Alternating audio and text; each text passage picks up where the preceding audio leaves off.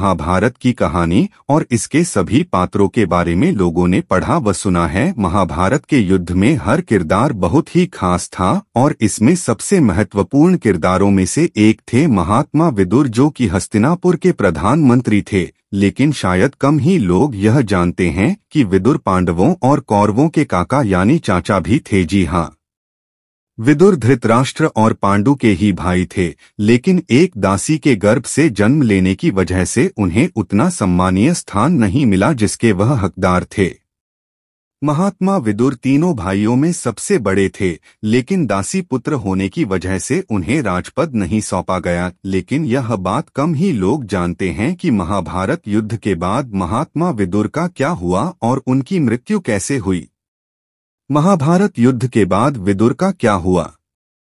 कुरुक्षेत्र का युद्ध समाप्त होने के बाद पांडवों के बड़े भाई युधिष्ठिर हस्तिनापुर के राजा बने और उन्होंने प्रधानमंत्री के पद संभालने के लिए महात्मा विदुर से अनुरोध किया। लेकिन महात्मा विदुर हमेशा से ही कुरुक्षेत्र युद्ध के विरोध में थे और इसलिए युद्ध समाप्त होने के बाद उन्होंने प्रधानमंत्री के पद से इस्तीफा दे दिया। इसके बाद वह संजय, गांधारी और कुंती के साथ वन में साधारण जीवन व्यतीत करने चले गए। कैसे हुई थी विदुर की मृत्यु।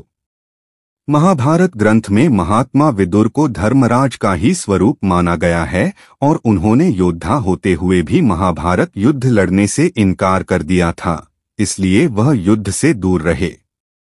जब कुरुक्षेत्र का युद्ध अंतिम पड़ाव पर था तब विदुर भगवान श्री कृष्ण के पास गए और उनसे एक निवेदन किया। विदुर ने कहा कि हे प्रभु, मेरी एक अंतिम इच्छा है जिसे मैं आपको बताना चाहता हूँ। विदुर ने कहा कि मैं धरती पर ऐसा प्रलयकारी युद्ध देखकर आत्मग्लानि अनुभव कर रहा हूँ। मैं मृत्यु के बाद अपने शरीर का एक भी अंश इस धरती पर नहीं छोड़ना चाहता।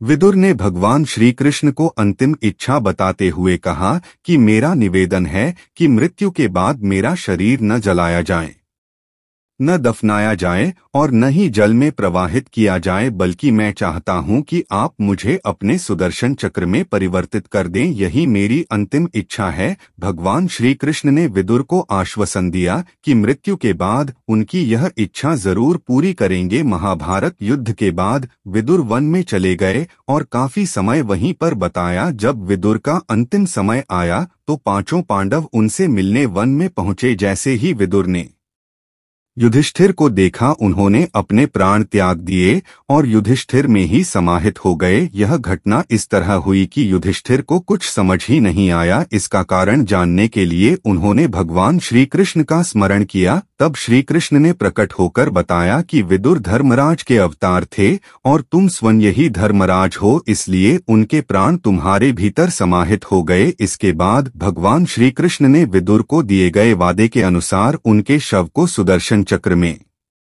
परिवर्तित कर दिया।